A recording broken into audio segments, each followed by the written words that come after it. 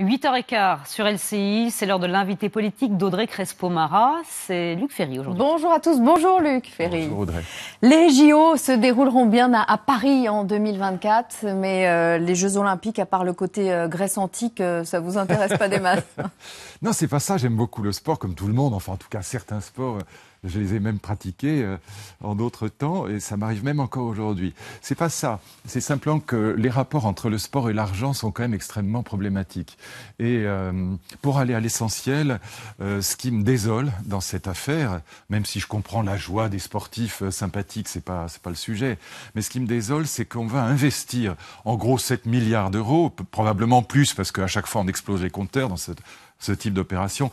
On va investir 7 milliards d'euros dans quelque chose qui ne prépare en rien l'avenir du pays. Il va rester quoi? Une piscine dans le 9 cubes, il va rester quelques logements sociaux. Mais pendant ce temps-là, à la clé, entre 120 000 et 250 000 créations d'emplois, dit-on. Non, mais ça c'est les trucs, ça c'est les blagues qu'on raconte avant, mais ça prouve, rien n'est prouvé. Mais pendant ce temps-là, on vit une troisième révolution industrielle absolument violente et dévastatrice. Les GAFA, Google, Apple, Amazon et Facebook aux États-Unis, dans la Silicon Valley, et l'équivalent chinois, les BATX, Baidu, Alibaba, Tencent et Xiaomi, investissent des milliards dans l'intelligence artificielle qui va dominer le monde et dans les biotechnologies. Et pendant ce temps-là, nous investissons des milliards dans le ludique, dans le divertissement, dans le spectacle, dans le jeu. Et en plus, disons-le franchement, Paris est une petite ville. Elle va être absolument saturée. Les problèmes de sécurité, de circulation vont être terribles. Mais surtout, c'est le choix du ludique, du divertissement, du spectacle qui ne prépare en rien l'avenir du pays. C'est ça qui me désole. Voilà, donc, je trouve ça, de la part de Macron, je comprends pas, parce que lui devrait être, par excellence, le type qui comprend cette troisième révolution industrielle et qui soit sensible à la question de l'investissement productif ou pas. Donc cette émotion-là, après l'annonce, oui. On regarde. C'est ce qu'il y a de pire au monde. Ça vous laisse de marbre. C'est pas ça, c'est que c'est absolument désolant. C'est-à-dire que c'est l'émotion, c'est les paillettes, c'est le spectacle, c'est le ludique, c'est ce qu'il y a de pire. J'aurais adoré qu'on ait des Olympiades de l'intelligence, de la science et de la culture, un peu comme l'exposition universelle de 1900, où la France était la capitale de l'intelligence, la capitale de la science. Je voudrais que ces 7 milliards soient investis dans la science. J'ai une autre image à vous montrer. La joie d'Anne Hidalgo. Et même ses larmes. Oui. Regardez. Oui. La dame qui a embouteillé Paris et qui fait une catastrophe écologique chaque jour dans Paris. Non, franchement, pitié, et qui était contre les Jeux Olympiques. Donc arrêtons les blagues. Non, c'est vraiment... On va vous traiter de rabat-joie, Luc, vous savez. Ah ben évidemment, là je suis dans la position du vieux con grincheux, j'en ai parfaitement conscience. Je remplace mon ami Finkielkraut au pied levé. je rigole, mais c'est vrai. Et je suis à contre-courant. On peut pas nager à contre-courant. Je sais que ce que je dis là, ce sera peut-être entendu dans 2 ou 3 ans. Mais ce sera pas, c'est inaudible aujourd'hui. Alors ce qu'on dit aussi, c'est regardez Barcelone. Barcelone, ça lui a donné un nouvel élan touristique. Non, économique. c'est pas ça qui a donné. Mais touristique, économique. Non, touristique, c'est pas économique. Et encore une fois, le vrai investissement aujourd'hui que nous devrions choisir, c'est l'investissement dans l'intelligence, dans la science, dans la troisième révolution industrielle. C'est pas le ludique, c'est pas le spectaculaire. Quelle que soit la passion, je comprends la passion pour le sport. Moi, j'étais passionné de tennis. Je me souviens, on organisait des soirées télévision pour regarder les matchs de tennis entre Connors et Borg, tout ça. Mais on sautait de joie, on hurlait comme tout le monde. Bon, c'est pas ça que je comptais. Je fais encore de la compétition automobile. En juillet dernier, j'étais au Castellet, je courais sur une petite voiture de course. Bon, tout ça, je comprends la passion. C'est l'investissement. Mais c'est l'investissement et c'est la préparation de l'avenir. Encore une fois, ça ne prépare absolument en rien l'avenir du pays. Et c'est quand même 7 milliards qu'on va dépenser pour rien. Voilà, juste pour s'amuser. Voilà. Et donc, je trouve que la France, capitale du ludique, ça m'enchante pas. Bon, Emmanuel Macron va vous en vouloir, de ne pas partager sa satisfaction, de ne pas être d'accord avec vous. Je crois qu'il m'en veut déjà, de toute façon. Vous qu'il avait épargné, vous qui ne faites pas partie de ces intellectuels stars qu'il assassine, Onfray, Badiou, Emmanuel Todd, Alain Finkielkraut, Régis Debray. Je le cite, ils sont dans les vieux schémas, ils regardent avec les yeux d'hier, le monde d'hier, ils font du bruit avec de vieux instruments, ils sont devenus des éditorialistes, des esprits tristes englués dans l'invective permanente. Pourquoi il vous a pas mis dans le lot ? Parce que c'est pas mon cas. Moi, je suis pas un déclinologue. Là, ils visent les déclinologues. C'est-à-dire qu'ils visent ces théoriciens de la décadence, du déclin, les nostalgiques de la Troisième République. Et du coup, on est du même côté. Voilà. Ils citent Habermas comme étant un philosophe important. Habermas était un de mes amis. Ça fait longtemps qu'on s'est pas vu, mais on s'est bien connus, y compris personnellement. Je l'avais invité à mon séminaire à la Sorbonne. Donc il a raison, Macron. Moi, je veux pas insulter mes collègues. En plus, certains sont des amis. Mais sincèrement, oui, il a raison. C'est-à-dire qu'il a raison. Hegel disait, pardon d'être un peu cuisse, mais Hegel disait la vraie philosophie, c'est l'intelligence de son temps. C'est son temps, disait-il, saisi dans la pensée. Or, notre temps, c'est la mondialisation, c'est la troisième révolution industrielle, c'est l'intelligence artificielle, c'est les biotechnologies, c'est tout ce qui se passe aujourd'hui. Or, ces intellectuels qu'il cite, ils vivent encore dans la Troisième République. Ils sont nostalgiques des blues green, des plumes sergent-major, voilà, et de l'éducation à l'ancienne. Et c'est vrai que ce ne sont pas des penseurs de notre temps. De ce point de vue-là, Macron a raison. Emmanuel Macron s'en prend aux journalistes qui ne le comprennent pas, aux intellectuels qui ne le soutiennent pas, aux Français qui le critiquent. Est-ce que cette position de moi j'ai raison finalement. Et vous ne faites pas votre travail, est-ce que c'est longtemps tenable, vous pensez? Non, mais je crois que quand il a parlé des fainéants, enfin, moi qui aime vraiment l'histoire, je pense qu'il visait, en vérité, comme Sarkozy d'ailleurs l'avait fait à propos de Chirac, il visait les rois fainéants, c'est-à-dire qu'il visait ceux, élites politiques, qui s'étaient contentés de gérer la situation sans réformer le pays. Là aussi, je le rejoins. Autant je ne le rejoins pas sur les JO, autant je suis en désaccord total avec lui sur la question de l'exemption des impôts locaux. Je trouve que c'est une absurdité complète. C'est pas du tout un impôt qu'il fallait toucher parce que ça va déshabiller les collectivités territoriales. C'est pas du tout une bonne idée. Autant les fainéants, vous êtes d'accord avec lui?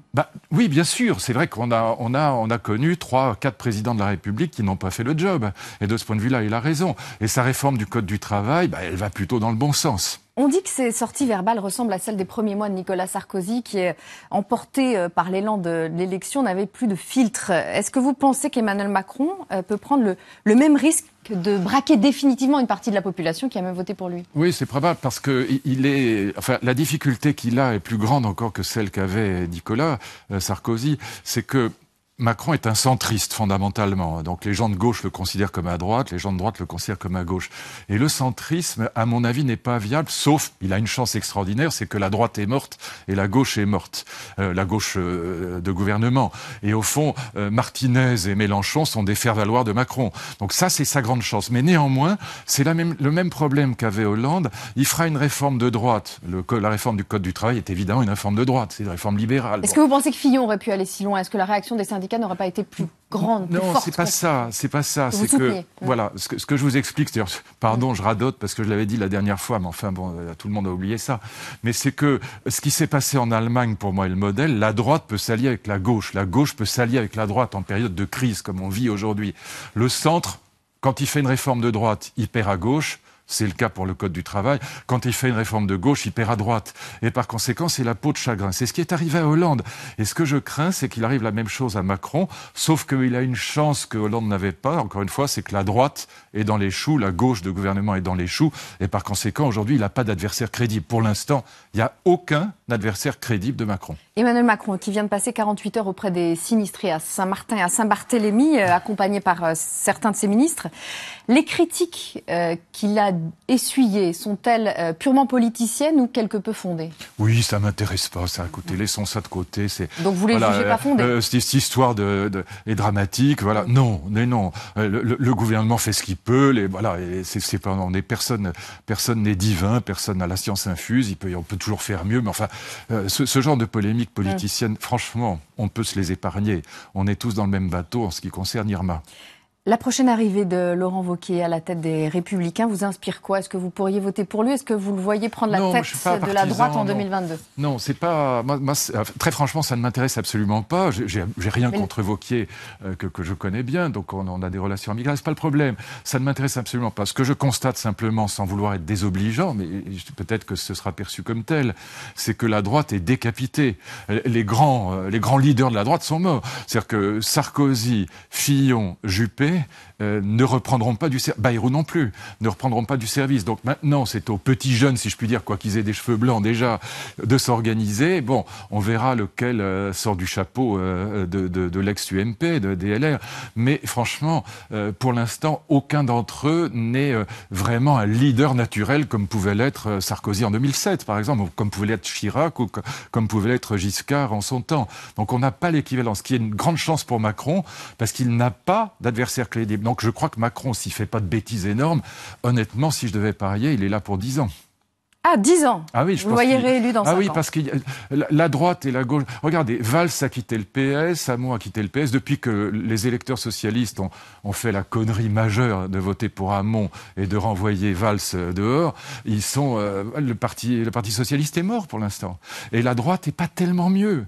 Avec les constructifs, qui sont en vérité des vals à soupe, tout ça n'est pas... Écoutez, oui, bon, c'est quand même assez clair, quoi.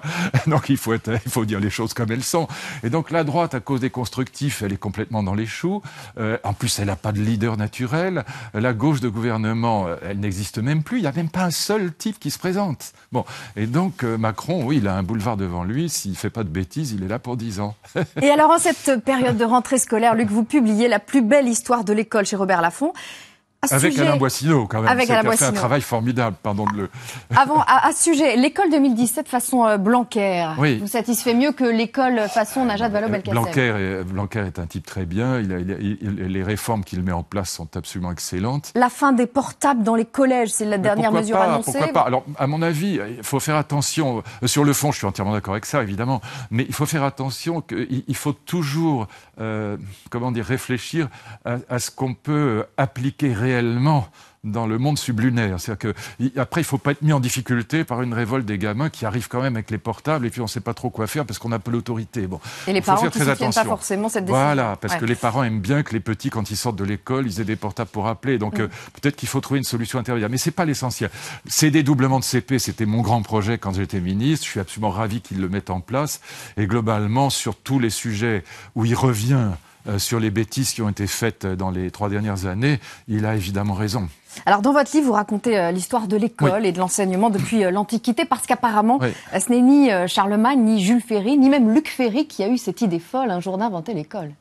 Non, ça existe pratiquement depuis toujours. Et ce qui est très intéressant, c'est de voir, au fond, tout ce que le livre raconte, c'est à quoi ressemblait une classe, à quoi ressemblait l'école, à quoi ressemblait l'enseignement en Grèce, à Rome, au Moyen-Âge, et puis avec la naissance de la modernité et de la République. Et des tablettes de l'Antiquité aux tablettes numériques, est-ce que l'école a tant changé que ça, finalement? En fait, il y a des choses qui ont considérablement changé, mais sinon, les problématiques sont étonnamment les mêmes. Alors, il y a évidemment des choses qui ont beaucoup changé. Par exemple, dans la Grèce ancienne, que j'aime, comme vous le savez, énormément, la gymnastique, comme on dit, donc aujourd'hui on parlerait d'éducation physique ou sportive, et puis la musique, les arts, c'est extrêmement important, parce que les Grecs avaient l'idée que le cosmos était harmonieux, que le but de la vie humaine, c'était de se mettre en harmonie avec l'harmonie cosmique, et que du coup, la musique, qui est évidemment harmonieuse par principe, et puis le sport, avoir un corps harmonieux, c'était un moyen d'aller vers la vie bonne, donc c'était philosophiquement très important, alors qu'aujourd'hui, c'est les parents pauvres de l'enseignement. Donc il y a des ruptures, mais il y a aussi une continuité extraordinaire dans l'histoire de l'enseignement. Et vous réfléchissez aussi à l'avenir de l'école. Alors quel est le vrai problème? Le problème numéro 1 de l'école aujourd'hui? Le manque de moyens, le manque de considération à l'égard des professeurs, le manque d'éducation des parents et donc des élèves, le manque de réflexion sur la manière d'enseigner, ou la multiplication des ministres de l'Éducation nationale qui amène à des réformes plus ou moins cohérentes? Non, tout ça est bien vu, mais le vrai problème, c'est que l'éducation ne précède pas assez l'enseignement. C'est ça le problème de fond pour moi. L'éducation, qui est l'affaire des parents et qui est l'affaire de la toute petite enfance, eh bien l'éducation n'est pas suffisamment faite à nos enfants pour que les professeurs puissent enseigner dans des conditions convenables. C'est le vrai problème de l'école aujourd'hui. L'éducation par les parents devrait précéder vraiment l'enseignement par les professeurs. Et les professeurs, dans certains endroits, ne peuvent pas faire leur travail. C'est devenu trop difficile pour eux, d'où la crise des vocations pour l'enseignement, qui est le problème numéro 1 de l'organisation de l'école aujourd'hui. La plus belle histoire de l'école, ça publié chez Robert Laffont. Tous les matins, Luc, je pose une question récurrente. La question off. Oui, mais vous m'avez pas prévenu, vous m'avez pas dit laquelle. Mais devant les caméras. C'est pas gentil, personne ça. Personne n'est prévenu. Jingle.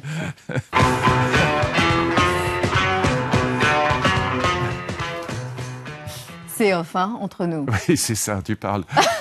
Reconnaissez, Luc, que vous êtes heureux que Paris ait décroché les Jeux Olympiques. C'est entre nous cette fois-ci. Ah non, je suis consterné. En plus, évidemment, je vais m'organiser pour quitter Paris parce que j'ai déjà vécu les fan zones. J'étais dans une fan zone au Champ de Mars. C'est l'horreur absolue. Les bitures à la bière, les batailles entre supporters. En plus, déjà, en termes de circulation, Madame Hidalgo a réussi à nous faire l'enfer et la pollution. Mais là, ça va être aussi en termes de sécurité.